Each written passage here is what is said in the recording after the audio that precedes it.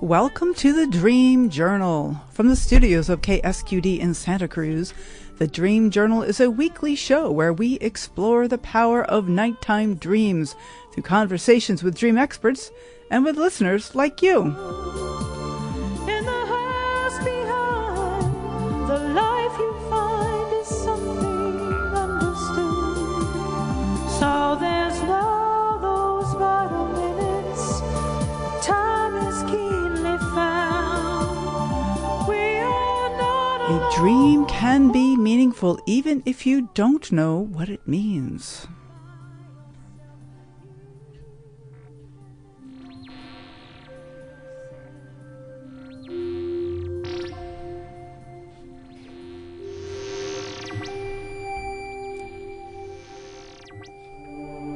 Okay, today's music is called Dream Semiotics, created fresh for you this morning. How can we meet our dreams on their own terms and use them as liturgy for sacred gatherings?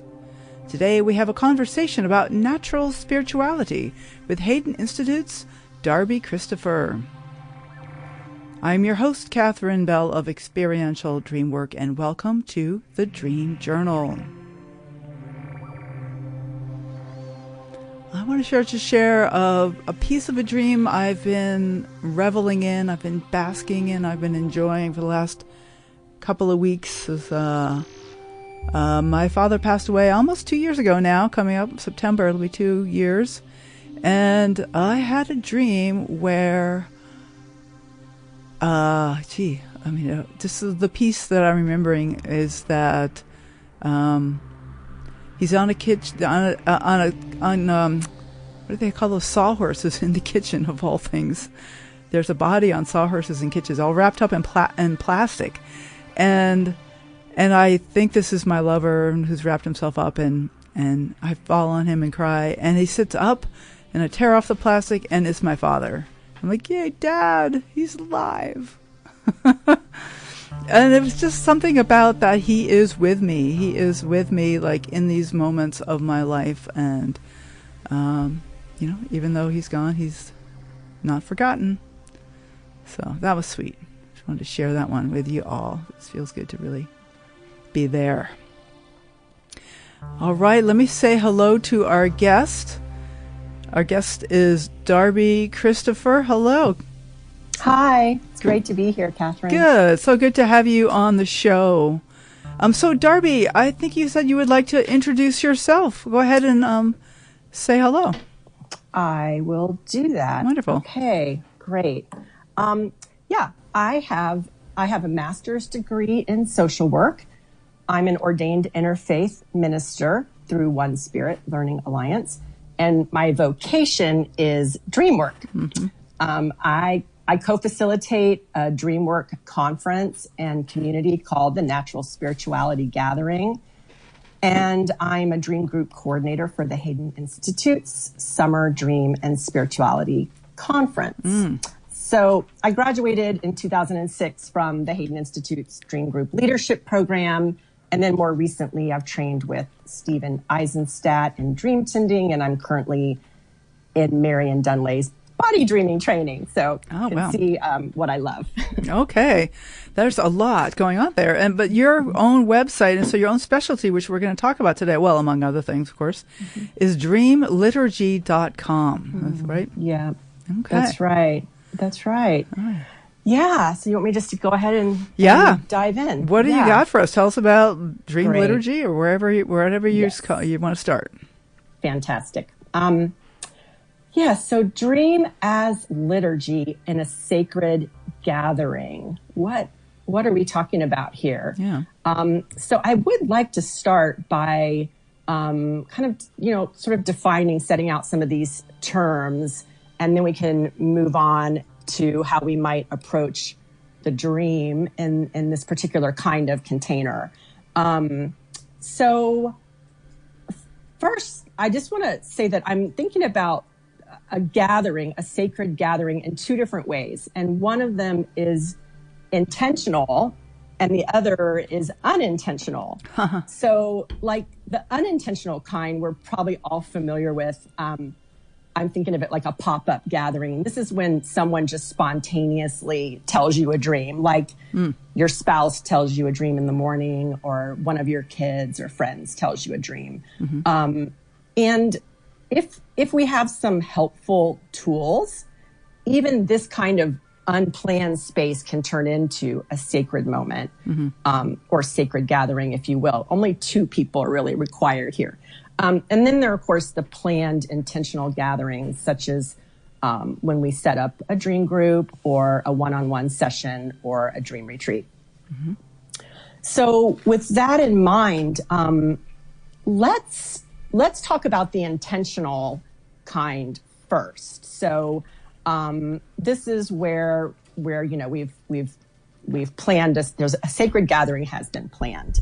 And I would consider any dream group actually to be a sacred gathering, but there are certain tools or ways of being and kind of foundational principles that help it be more of that.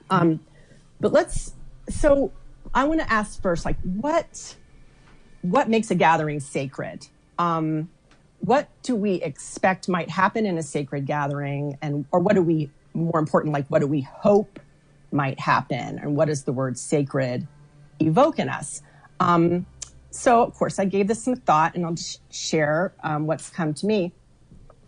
First, we probably hope that we're going to get a chance to slow down and breathe, experience some gratitude for what we normally take for granted. We'll really appreciate just that opportunity to just kind of be present in the moment and notice what's around us, notice what's present, feel our gratitude for all that fills up our life. Depending on what we're going through, we might like help grieving something. We might want some space to feel sad or inspiration to get through hard times.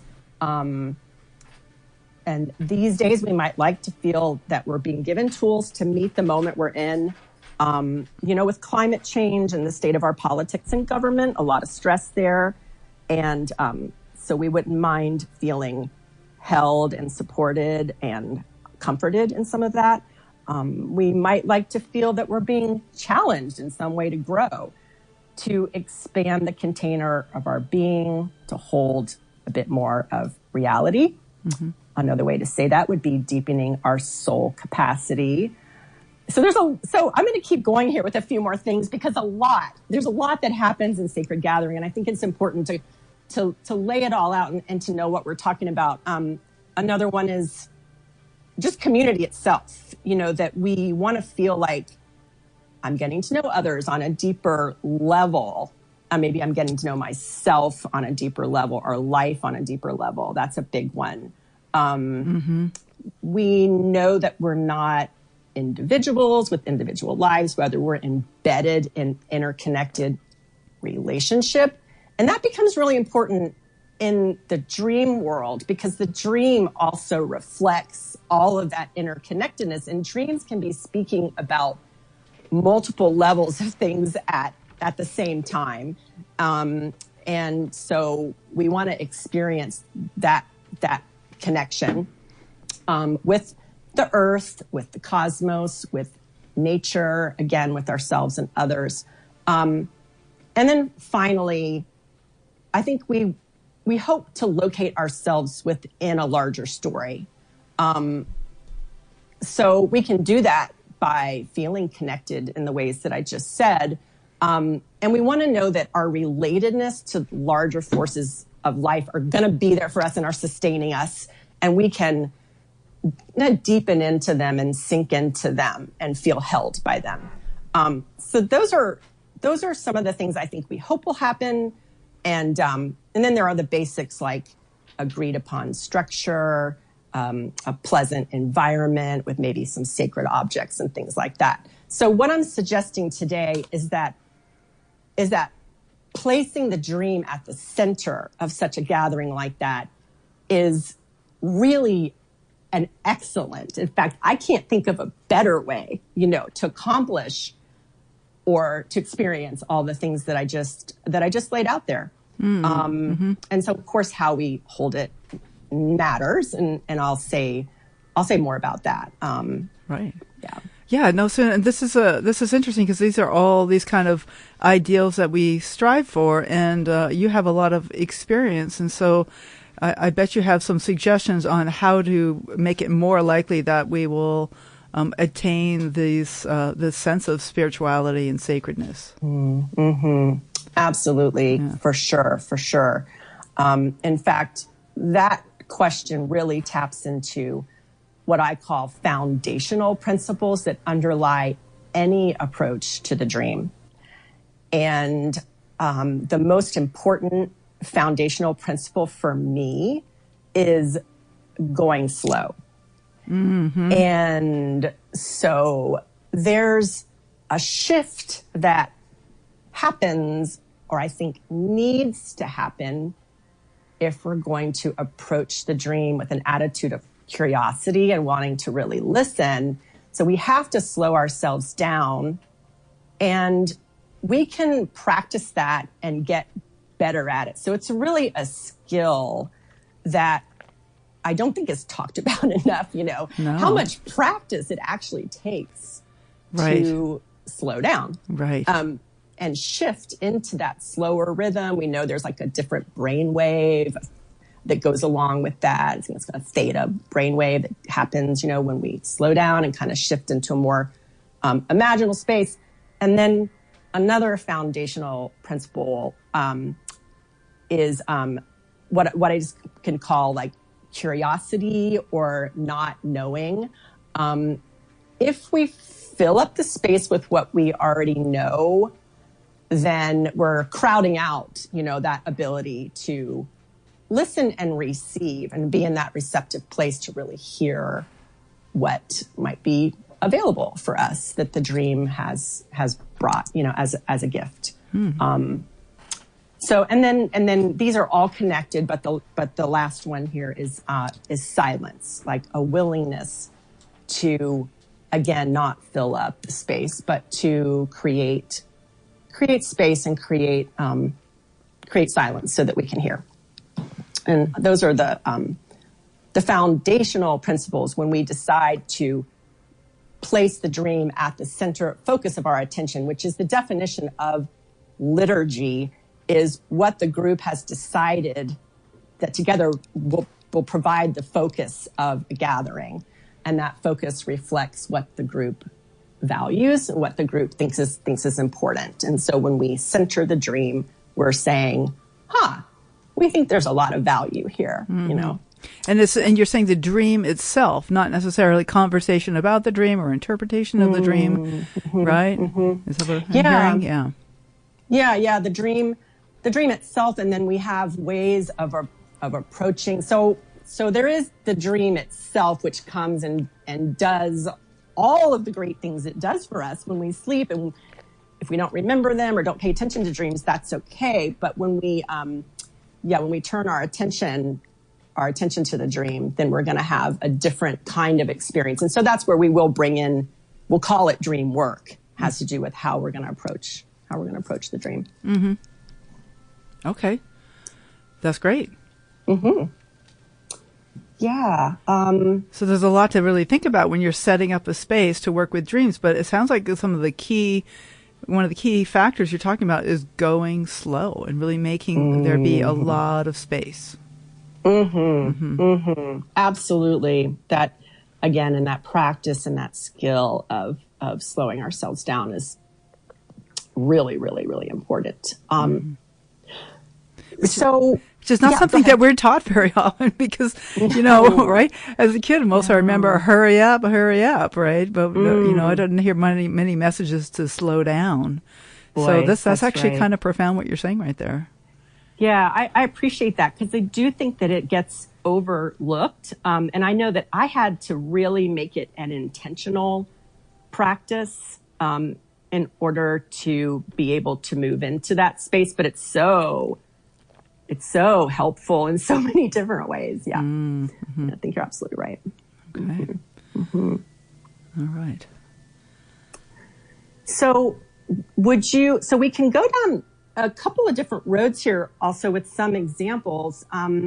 and I don't know, we could start with like kind of the pop-up dream situation, you know, that where someone shares a dream and we didn't plan on that, or we could go straight to the intentional kind. Well, what about some examples? I love to get something concrete. Absolutely. Okay. So let me just start. Because I just love this story. So let me start with this is a story of an unintentional. Like, so this is so what happened was I was driving my daughter to the airport, and she was kind of tired. You know, it was the morning. She just woke it up. But she had shared a dream with me the day before that we didn't have any time to process.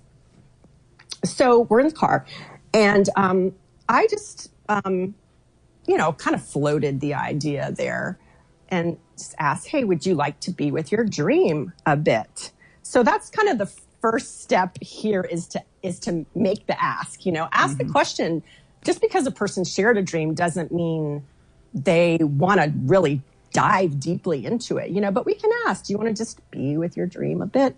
And she sort of, she said, I guess. She expressed some hesitation, but she's like, yeah, she knows me and we've done Dreamwork before. So she's like, yeah, okay, whatever, we can do that. And so I said, okay, well, we'll just see. Again, so there's no expectation that anybody's going to have like this big aha or anything. Sometimes we just open the dream up a little bit and let it breathe. And then they, that stays with them and it keeps working on us. And that's really kind of always the case. But so, and I have her permission to share this dream and experience. So her dream is that she's floating in a natural river in a natural setting, like in the woods. And then the scene shifts and now she's in a pool in this more like modern industrial environment. And she's diving down into this pool to see colorful fish. Okay, there we have the dream. And, one thing that I've learned through dream tending with Steven Aizenstat, he says that we often overlook the setting and that the setting of the dream actually might have a lot to say to us. So whereas it might have seemed more expected, like, oh, look at these colorful fish, let's go there. No. So I just threw out a question about these two settings and I just let them be contrasted. So I just asked, I kind of said, I'm curious about the contrast between these two settings. One is completely natural and the other's more human-made, constructed. And does anything in your life feel like the difference between these two? Well, I mean, it was like right away. Oh. It doesn't always happen right away, but in this case, she was like, oh, yes. Actually, that does bring something up. And so I knew right away, I'm like, okay, all right, here we are. It's like a sacred temenos space. It's something is happening now. We're moving into depth. We're moving into something meaningful. We're not just going to talk about like what she's doing next week, which is also important, but we're getting to something that like is more meaningful to her. And so she goes on to talk about like how she's been really thinking a lot lately about her desire to control outcomes as opposed to just trusting the moment and kind of feeling like that trust in that natural stream, whereas the modern industrial environment made her think about more of our goals and executive functioning and imagining the future and trying to make plans. So when she contrasted the two, she was really able to get in touch with this part of her that would like to just be like floating along a little bit more, kind of in this natural space. So I love that example because, of course, as a mom, I'm also thrilled, to be having very this meaningful self-aware. I mean, that's very thoughtful that she's really been thinking about the way she is in the world. And absolutely, that helps that helps a lot. Helps a lot too. So, right, it'll go differently with different people depending on, how self-aware they are. I think that's a really good point. But another easy way to approach that is just to, take an image from the dream or ask them what image they're most drawn to, and what does that make you think of? We don't have to use the word association. Just what comes up when you sit with such and such, and then that next question, if it's not, if it feels appropriate, is, hey, does anything in your life feel like that? And you may have heard in my voice when I just asked that question that we're never trying to pin something down. So the question comes with like this tentative, like, does anything in your life, feel like that? We're not trying to like grasp an answer or, make a big discovery. We're just kind of poking around and playing. And I think the word play is also really important. Mm-hmm. Mm-hmm. Oh, yeah. Yeah. Yeah. Uh-huh. And I appreciate your distinction here that association is kind of clinical. I think a lot of people kind of get confused by that. What does that mean exactly? But to say, sometimes we'll say like, does that remind you of anything? Or is that familiar? Is that feeling familiar? That's, Exactly. Right. Exactly. Like we humanize this dream work. Yeah. Exactly. And I'm so glad you just said that too, because that's the other thing is I don't think we need to read all the books or do all the training to learn some of these simple skills. Of course, I love training and I recommend it to anyone. It's just that it's not required. We can learn some real, some basic skills, but I do think it takes practice. Like I said earlier, it takes practice to shift into that mode of not knowing and curiosity and going slower. There's one thing that struck me in the story that you're telling about this conversation is that the way that you asked at the beginning, is it okay for us to talk about this, or do you want to have this conversation? For me, that kind of shifts it over into the intentional sphere. So maybe I wasn't lighting a candle, or I didn't have this, but just bringing that, making that question instead of it's good. Right, because there's a lot. We could just blather on about something, but maybe they're not ready to talk about the dream yet. So important. Thank you. And that's a good observation that it does bring that intentionality right there. We're going to be now we're moving into intentionality, right? Yes. Yeah. Even though it was spontaneous, the dream might have been shared spontaneously and right. Absolutely. Yeah. Yeah. So we could talk some about, dream groups and that intentional container, which is gonna bring up a tool that I developed that I'd love to share. Sure. Because I find that we have so many different ways of approaching the dream.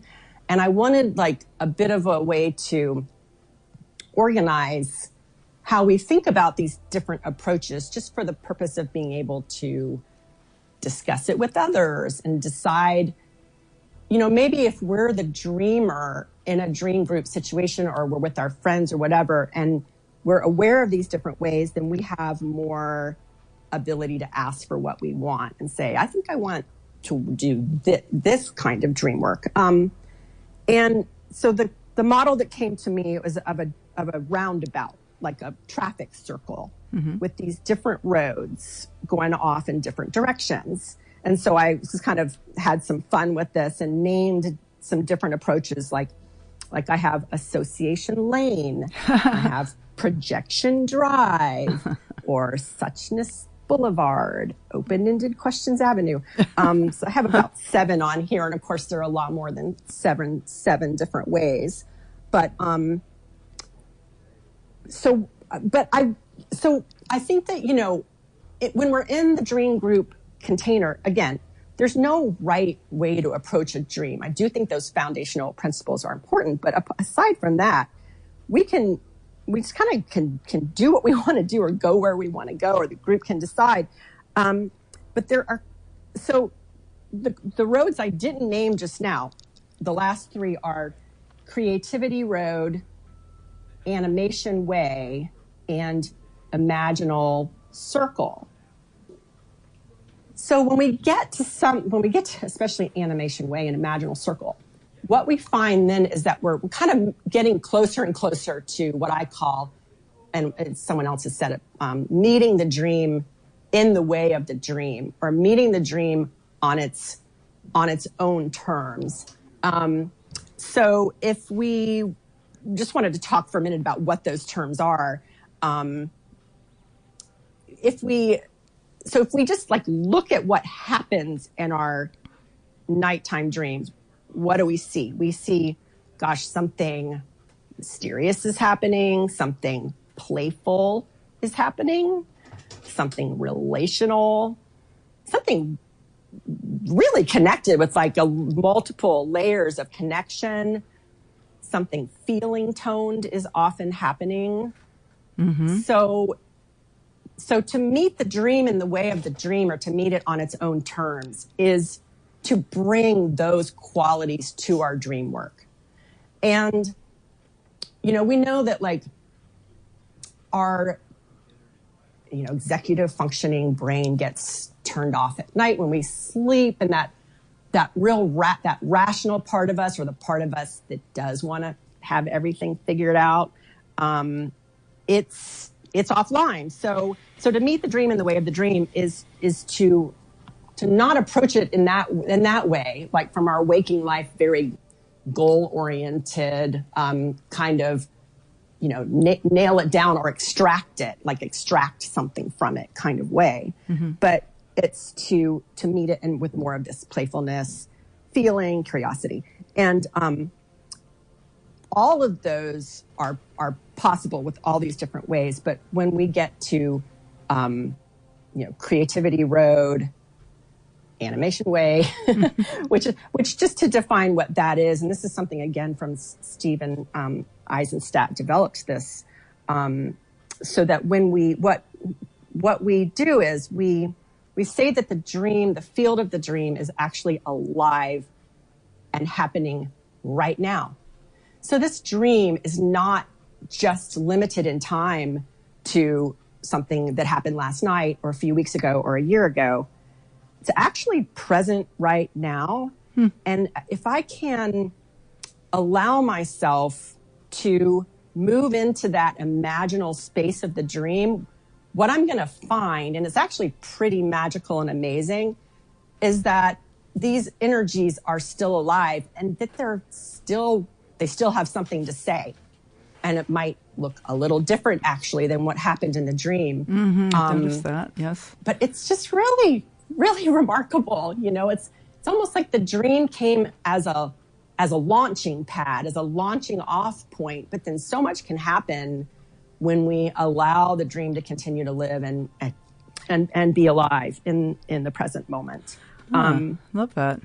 Yeah, there's something that just gives a lot of power to the custom of writing dreams in present tense and sharing them in present tense as if they're happening right now, and not being too wedded to what the dream actually was in the past. I love that how you're saying it's alive and happening right now.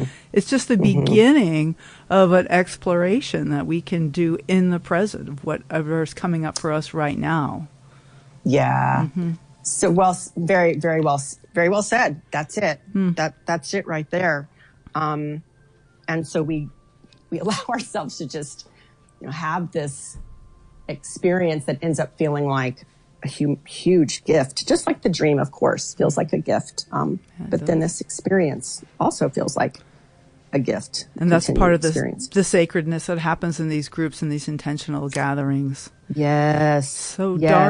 Darby, it's time for us to take a short break, and this has just been a great conversation about dream liturgy. And my guest is Darby Christopher of Haden Institute, and her webpage is dreamliturgy.com, and we're talking about the idea of intentional gatherings around dreams and letting the dreams be that living liturgy, the living liturgy. Yes, that's it. That's it. Thank you so much. Yeah. All right. So we are broadcast live from the KSQD studios in Santa Cruz and co-broadcast live in San Jose by KCXU and podcast everywhere. So after the break, we're going to get even more personal, and we will be right back.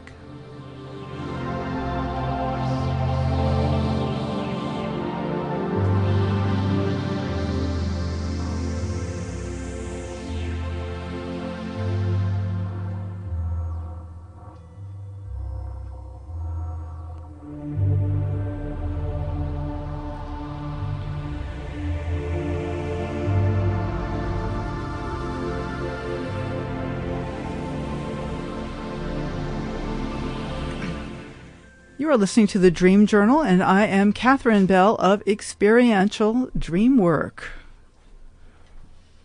So we have folks listening to us from all over the country.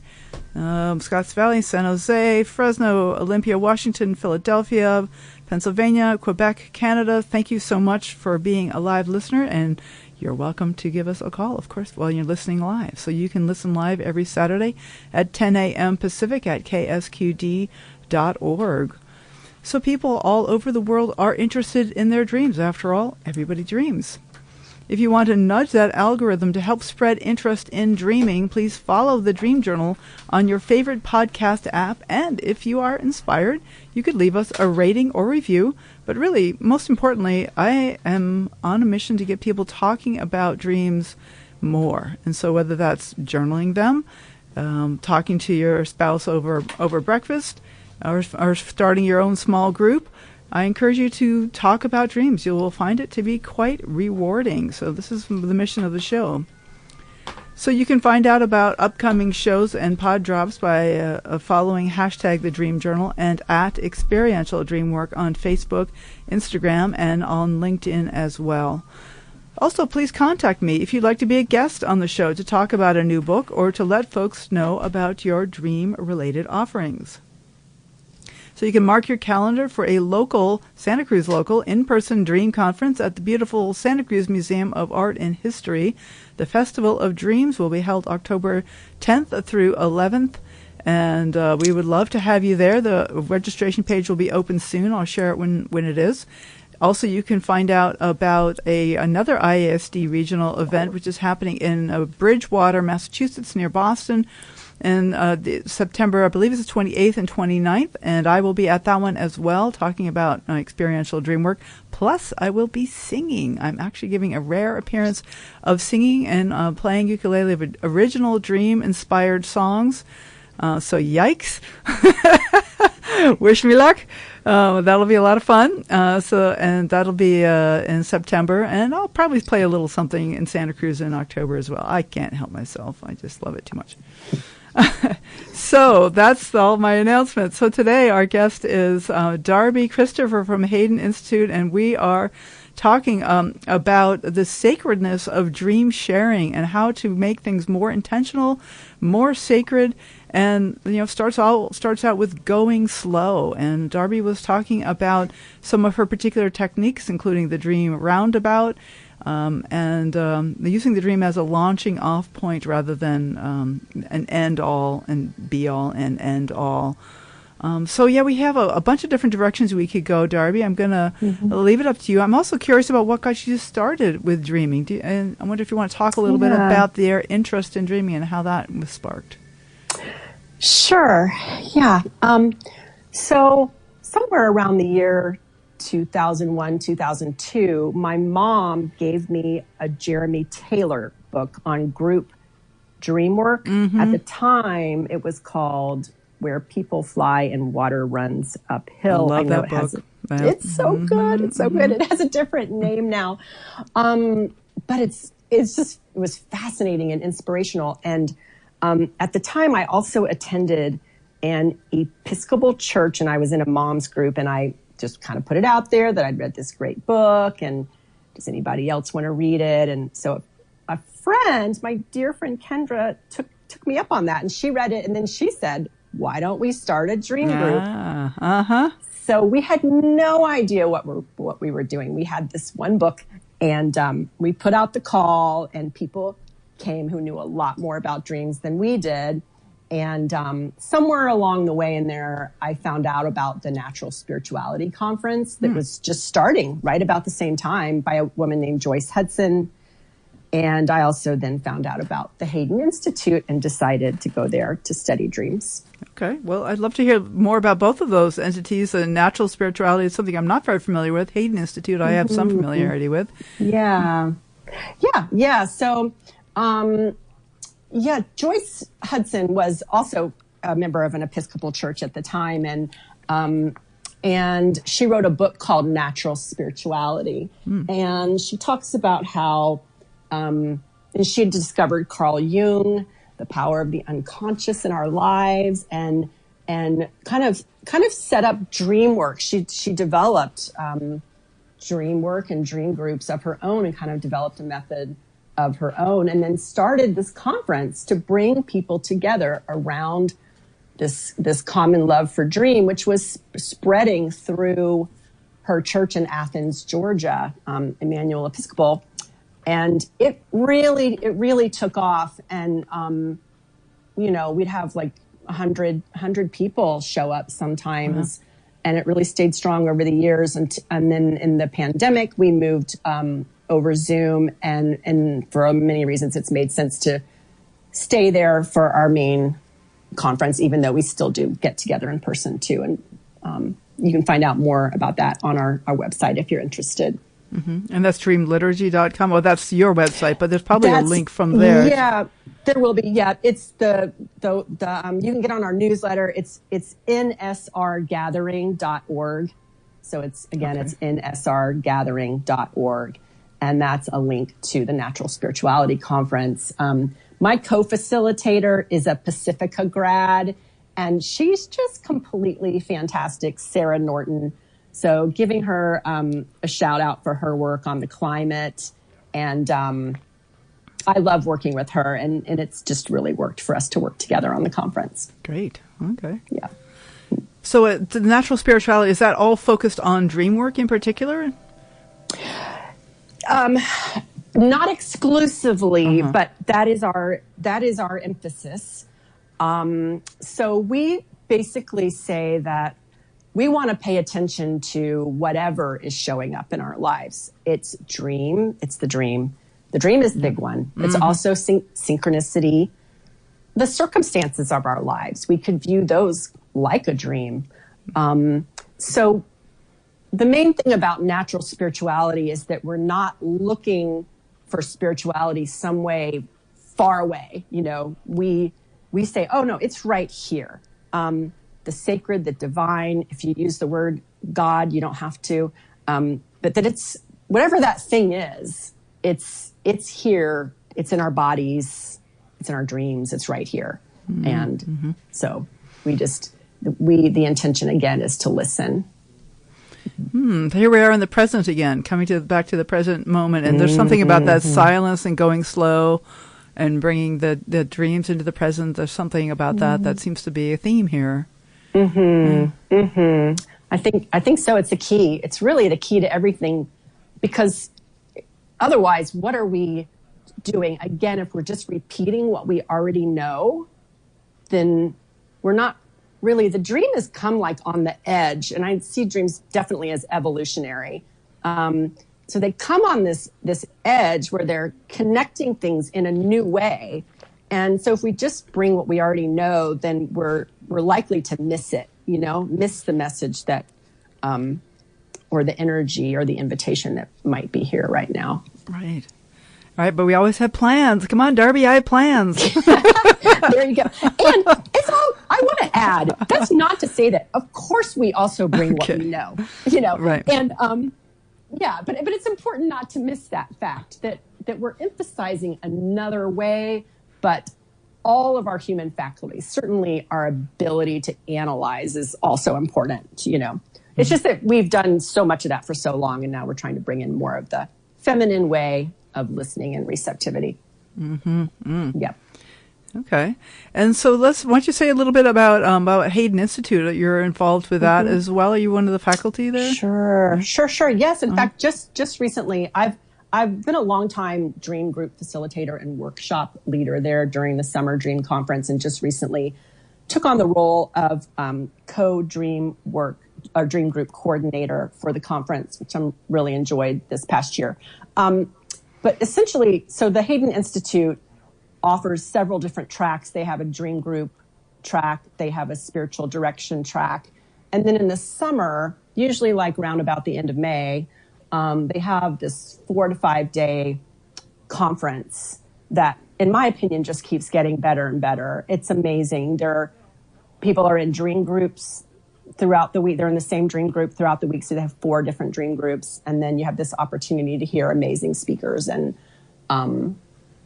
great workshops. So it's the Natural Spirituality Conference is in a way like a mini version of, I kind of think of it that way, of the summer Dream Conference. I actually attended that conference, the Haden Conference, one time when during a hybrid experience. I did it online from my home.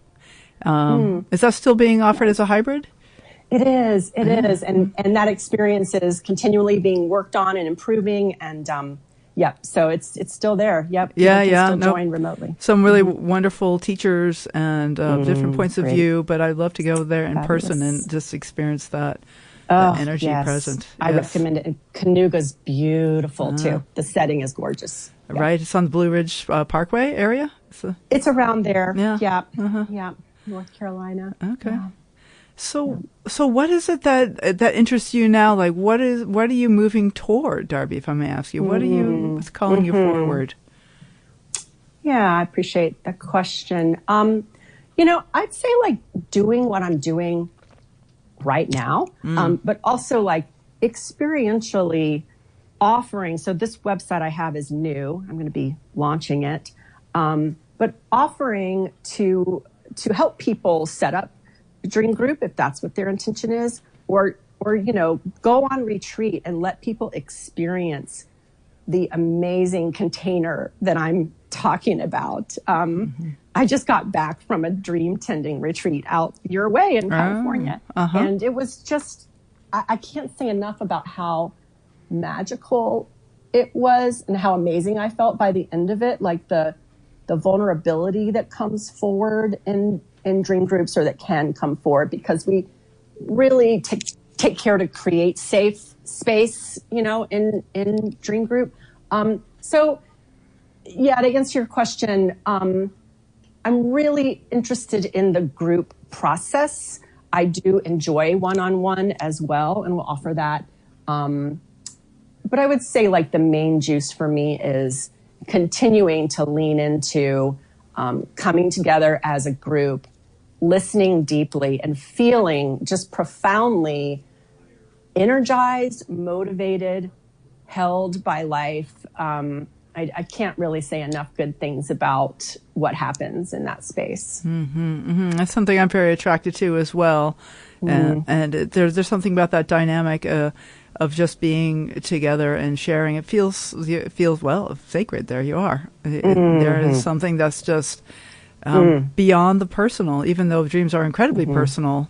That there's always something from somebody else's dream that I can really get some juice out of. Absolutely, for sure. Yeah. Boy, you said it. Yeah. The way we do our personal work in the moment, by allowing ourselves to enter the field of the dream, even if it was someone else's dream, right? Then listening for those other layers, like, what is the earth speaking here? I have if there's time, I have a little example of that I could give. Perfect. That'd be lovely. Well. Yes. Okay, great. So I brought one of my own dreams as well. And I'll just share it. It's just a paragraph. It's not too long. So the dream is, I called it Too Much. So I'm at a resort. I've overslept and I'm not happy about that. I see a clock and I realize it's 9:00 in the morning. A last call goes out that the buffet will only be open for 5 more minutes. So people begin to flock to the buffet.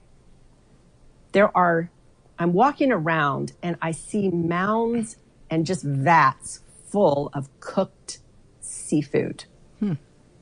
I'm carrying a plate of fish, and really it's too much protein for me. I see other fish set out, but realize I don't need any more. Then there is some creature, perhaps a woman's face with a sea creature body, in a bin of cooked fish, and she's singing. I think the seafood will recognize her. So end of dream. And what I want to say about this dream, I can come at so many angles here, but that part at the end, this is part of a longer dream, and that part of the at the end was really wispy. Like, it was there, and I wrote it down, but there's this bin full of like cooked salmon pieces, is what it looked like, and I just barely noticed this creature in the bin. And yes, she has a woman's face. Yes, she's singing. But it was wispy. And it would have been really easy, honestly, to overlook it, which I know sounds a little weird because it seems so interesting, but I just know that I could have. I mean, I think there's this weird tendency we have sometimes to overlook our dreams. But because I, have been trained more in listening to the dream and paying attention, and also knowing that it's not just about me. Like you just said, it's personal, but it's not only personal either. And so when I let myself go into the dream space there, boy, did she really start to come alive. And I began to get a sense of how important she is. And, of course, if we're bringing what we know to a dream, and many of us know a lot about myth and archetypes, it'd be easy. Of course, we can see in her, oh, maybe we have a mermaid here, or a siren. And that's important. And I have looked up, mermaids and sirens, learn more about them.